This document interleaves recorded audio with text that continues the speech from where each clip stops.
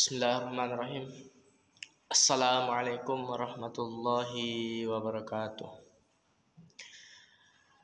Alhamdulillah, puja dan puji syukur kita panjatkan atas kehadirat Allah Subhanahu wa taala, karena berkat limpahan rahmat dan hidayahnya lah sehingga kita masih diberi kesempatan, masih diberi kesehatan dalam kegiatan memenuhi tugas perkuliahan.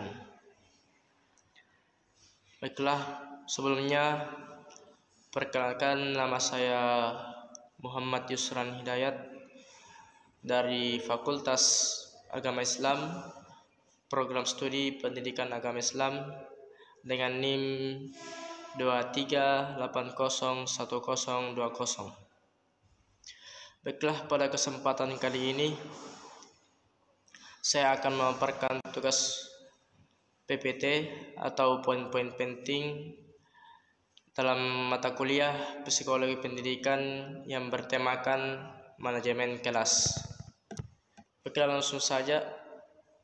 Pada kesempatan kali ini kita akan membahas 3 poin, yaitu yang pertama, poin pertama, definisi manajemen kelas.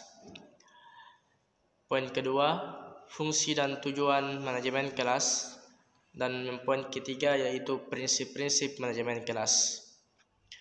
Baiklah, langsung saja kita masuk pada pembahasan poin pertama, yaitu definisi manajemen kelas. Jadi pada pembahasan kali ini kita akan membahas apakah itu manajemen kelas, bagaimana itu manajemen kelas, seperti apa itu manajemen kelas.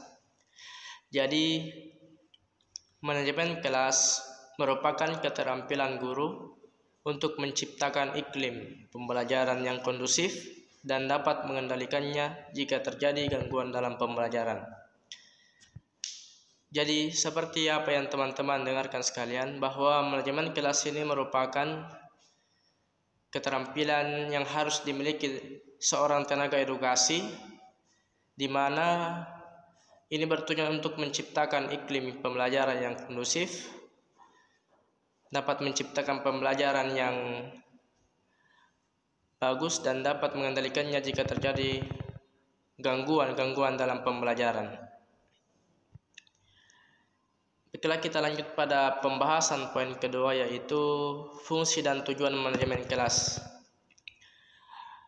Adapun pembahasan pertama, kita akan membahas pada bagian fungsi manajemen kelas itu. Apa saja fungsi daripada manajemen kelas? Jadi fungsi manajemen kelas itu terbagi menjadi 3, ya teman-teman sekalian. Yang pertama ada fungsi pengembangan,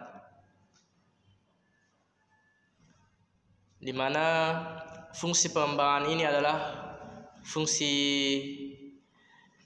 yang digunakan seorang tenaga edukasi dalam merencanakan dan melaksanakan seperangkat kegiatan pembelajaran yang berlangsung dengan lancar, tertib, efektif, dan produktif. Merencanakan berarti menggali, memilih, menentukan, dan menetapkan berbagai komponen kegiatan manajemen kelas yang efektif dan produktif baik bagi kegiatan pembelajaran. Perencanaan yang dimaksud di sini yaitu meliputi 1. Perencanaan disiplin anak. Yang kedua, iklim sosial kelas. Yang ketiga, iklim sosio-emosional.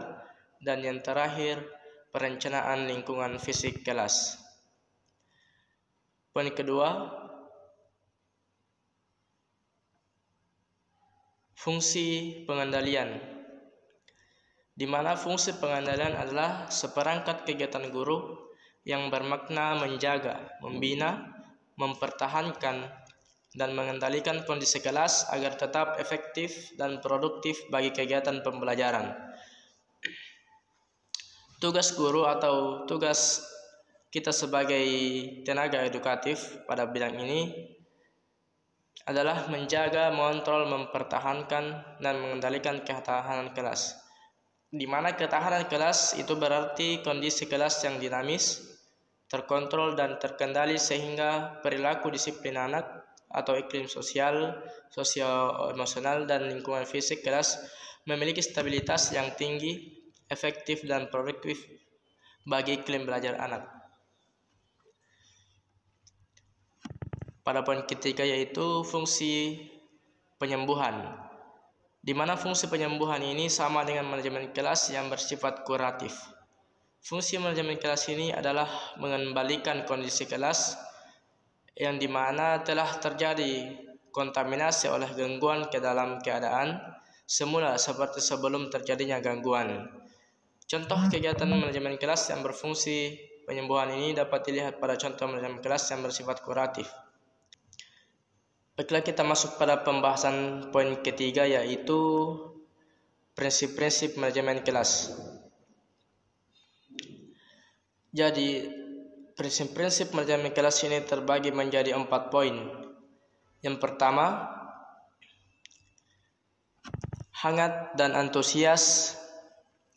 Hangat dan antusias diperlukan dalam proses belajar mengajar. Guru yang hangat dan akrab pada anak didik selalu menunjukkan antusias pada tugasnya atau pada aktivitasnya akan berhasil dalam pengimplementasiannya. Prinsip kedua, tantangan.